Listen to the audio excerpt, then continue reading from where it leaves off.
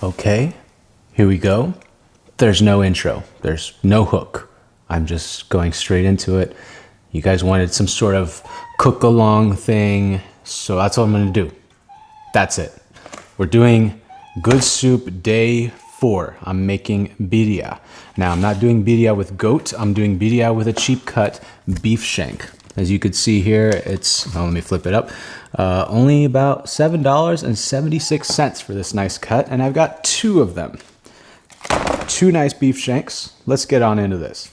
Now, first things first, I'm just gonna chop up the onion, and it really doesn't matter how I chop the onion up because I'm going to overall just puree it.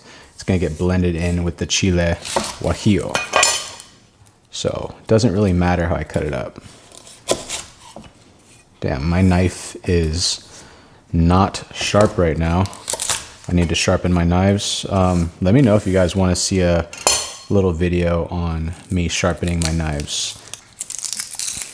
So, birria. Did I grow up with birria? No. I mean, I even told my aunt, I told my mom I was making birria. They didn't know what the hell it was. They didn't know what I was talking about. And birria's Mexican, right? I guess it is. It's just not from like the Mexican I grew up with. I grew up with barbacoa. And I guess birria is more of a braise, I'd say, while barbacoa is cooked in the ground.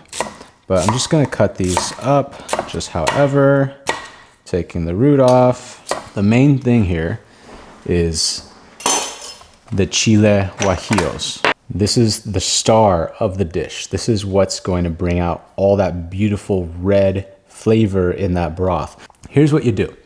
You take the stem part right here, just remove that like such. And then you could just shake the seeds out if they come out, or if they don't come out like this one right here, I'm gonna probably have to like rip this guy in half or rip it all apart. Now the reason why you want to deseed them is because the seeds are gonna be bitter and we don't want that bitterness. The chile guajillo is already more of a sweeter pepper, so it's got a nice sweetness to it. It's not really spicy. I wouldn't consider chile guajillo very spicy of a pepper. It's not very overwhelming. So if you are not that much of a spice tolerant person, then chile guajillo might be for you. Okay, now that all of my chiles are deseeded, what I'm gonna do is reconstitute the chiles. I need to soften them up to make that sauce. So get a super hot pan. Make sure well-ventilated area. This can make you cough. Toss this into the pan, and then we're just gonna reconstitute them on the heat. Once they start to become nice, soft, and malleable, I can toss them into a container like so. And then I'm just gonna pour in some hot water. And I'm just gonna make sure it's covered with that hot water. God, that smells so good. Just the chiles alone smell so good. It's such a nostalgic smell to me. Now, while those are steeping up, I just wanna explain something real quick. To make this soup, you're going to braise the beef in that consommé for about, I don't know, I'd say 3 to 4 hours. I use a pressure cooker. In this case, it's called an Instapot. So I'm gonna sear my meat off in this and put it in this, and it's gonna make it take like 30 minutes. It's way better. So just keep that in mind when you're making the soup and you wanna just think ahead. Maybe you could do it the day prior if you don't have a pressure cooker. Into the blender, my onion. Then about 3 cloves of garlic can go in. Then I have some cumin, just a little bit of that. What I'm doing here is I'm toasting off the cumin. I always suggest to toast off your spices. You want to toast off all of your spices because that's what's gonna basically bring them back to life. You don't want to have dead spices in your sauces. So the cumin, that's going in. And now our chiles. We don't want to put the water from this in there because it's gonna be bitter. And the chiles will go in. Just like that. As you can see, they're like way softer. They've softened up quite a bit. That's called reconstituting the chiles. And then into this, I'm adding in rice wine vinegar, just about I'd say a half cup. Then grapeseed oil. Then if you want, you can season that to taste with some kosher salt. Close her up and then give her a blend. That is our puree. That's gonna be the base of the soup. Here we're gonna get a sear on the beef. So I'm gonna add in some beef tallow as my fat. I wanna do beef fat so I can have that nice, strong, beefy flavor. Cranking my heat up to high. The purpose here is to get a nice, deep color.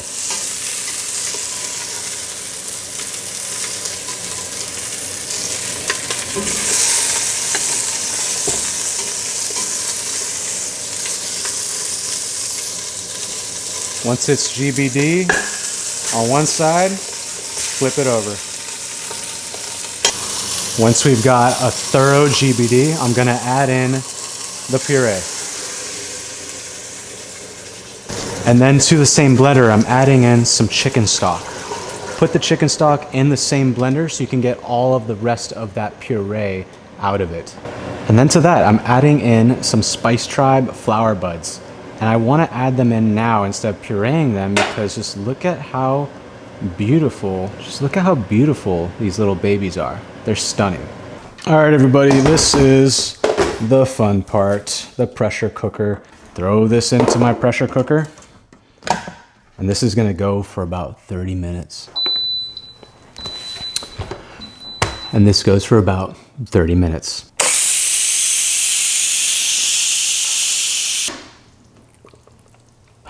God, that smells so good, everybody. So now what I can do is pull it out, just the meat. And I can set this aside so I can just go ahead and shred it up.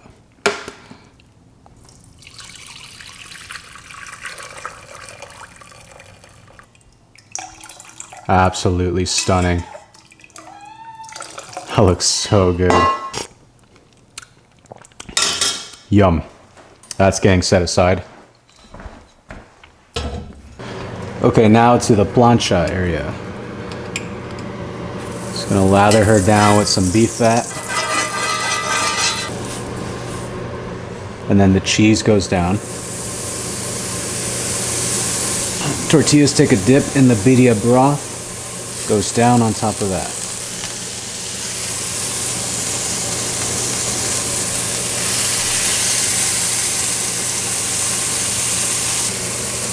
And then the birria beef goes on top of that.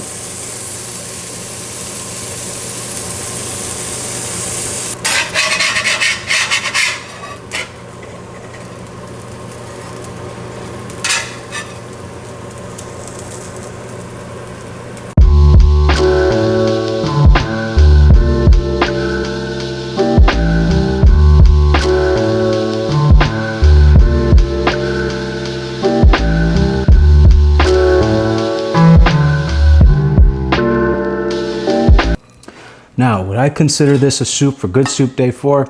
Yeah, I fucking would. This is a soup. That's the broth right here. And this is the vessel. Delicious.